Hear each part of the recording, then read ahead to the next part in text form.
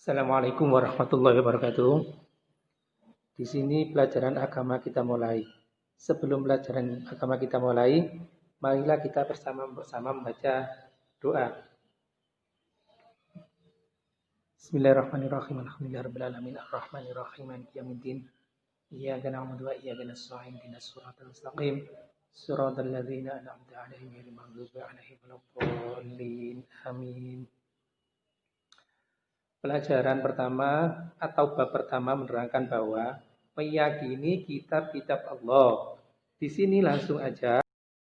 Nomor 1 di situ dilihat halaman 4. Pengertian iman kepada Allah yang dimaksudkan di sini percaya dengan adanya Allah atau percaya dengan yakin sepenuh hati bahwa Allah itu ada.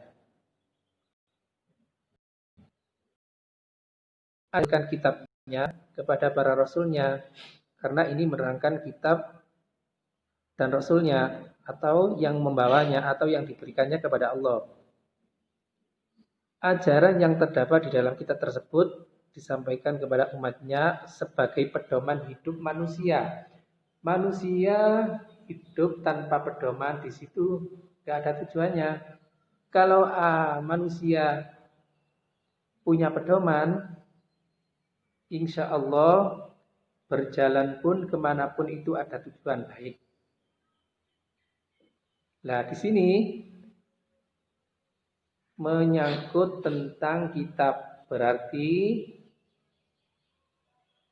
menyangkut kitab sebagai pedoman hidup dan mencari kebahagiaan dunia akhirat. Kalau ada orang yang tidak punya pedoman berarti tidak punya kebahagiaan karena nggak punya pedoman. Tidak punya kebahagiaan dunia akhirat. Kalau punya pedoman berarti punya kebahagiaan dunia akhirat. Termasuk di sini yang saya jelaskan tadi adalah kitab. Diturunkannya kitab tersebut merupakan anugerah bagi manusia. Jadi manusia harus punya pedoman. Alhamdulillah Allah menurunkan kitab. Berarti di ini, ojo rono, nek rono ku marakno kon kecemplung nang sawah. Kudu rene karena punya pedoman. Mengapa demikian? Manusia dikaruniai akal dan pikiran sehingga dapat mengkaji ilmu pengetahuan. Jadi sumber apapun yang dia ini termasuk kitab Al-Quran. Kitab 4 termasuk kitab 4 itu nanti saya jelaskan di belakang. Nah, kitab 4 ini wajib harus kita ketahui, wajib harus kita imani, wajib kita pelajari. Bahkan yang mempelajari kitab 4 ini bukan orang Islam saja, melainkan orang di situ ada orang Kristen, Buddha, Hindu, Protestan, Katolik, Buddha, apalagi orang Islam harus wajib mengetahuinya dan mempelajarinya biar tidak tersesat di dunia dan di akhirat, dan tahu mana yang benar dan mana yang salah, atau mana yang jelek dan mana yang baik. Itu termasuk ada di dalam kitab tersebut. Bahkan tanpa kita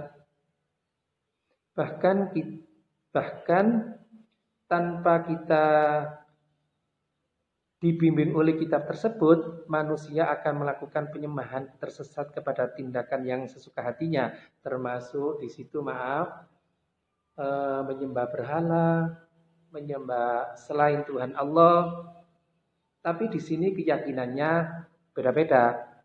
Kalau orang Islam menyembah kepada Allah, kalau orang Kristen menyembah kepada Tuhan Yesus, kalau orang Buddha menyembah kepada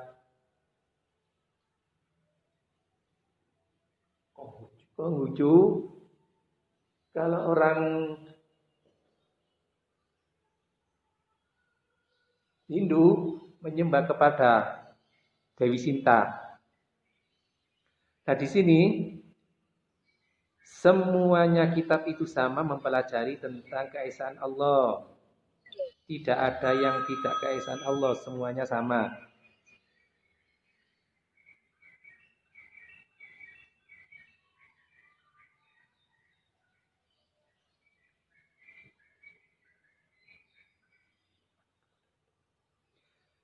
Iman kepada kitab Allah di sini termasuk yang sudah dijelaskan di dalam Al-Qur'an.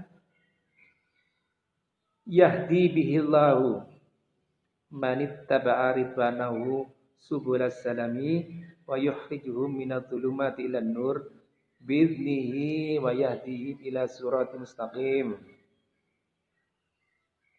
Yang artinya kurang lebih begini. Dengan kitab itulah memberi petunjuk kepada orang yang mengikuti keridhaannya ke jalan keselamatan, dan dengan kitab itulah pula Allah mengeluarkan orang itu dari gelap gulita kepada cahaya yang terang benderang dan menunjukkan ke jalan yang lurus. Berarti, bukan kitab Al-Quran saja yang menunjukkan jalan yang lurus. Kitab 4 itu pun menunjukkan jalan yang lurus terang benderang. Jadi kita itu di dalam kegelapan, tapi Allah menunjukkan kitab. Setelah menunjukkan kitab, di sini kamu dengan saya tahu bahwa iki sing benele, iki sing api, iki sing bener, iki sing enggak bener.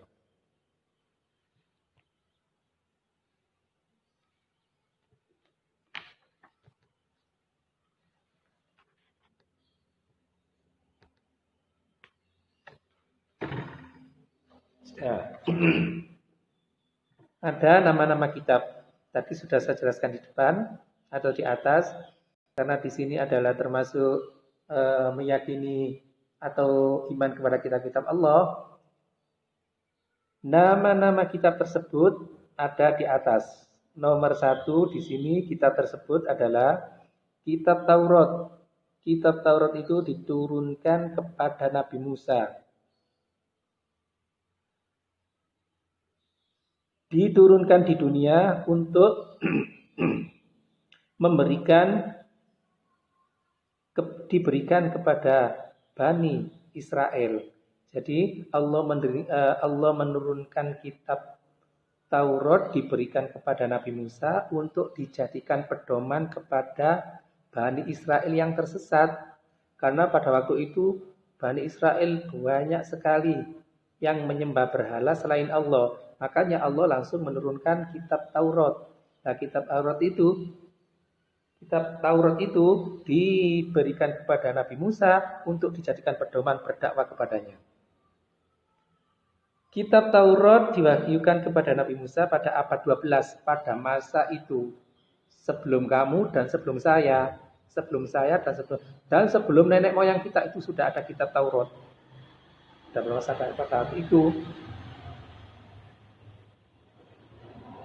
pada Nabi Musa diutus oleh Allah untuk berdakwah kepadanya. Jadi karena banyak tersesatnya, maksud saya banyak orang Bani Israel tersesat, Allah langsung menurunkan Al-Quran menurunkan kitab Taurat kepadanya. Maksud saya kepadanya itu kepada Nabi Musa. Digulungkan sebagai pedoman petunjuk bagi kaum Bani Israel. Jadi diberikan kepada Bani Israel untuk petunjuknya, karena di situ tersesat, sama halnya dengan kamu dengan saya. Jalan-jalan tanpa tujuan.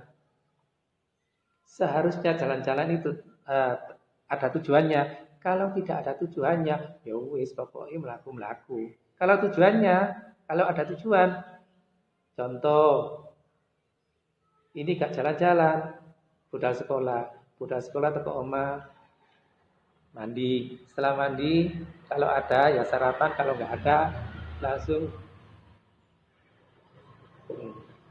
Kami akhiri sampai di sini dulu perjumpaan kita. Mungkin minggu depan kami teruskan. Wabillahi taufiq wal hidayah, wabiridha wal inayah. Wassalamualaikum warahmatullahi wabarakatuh.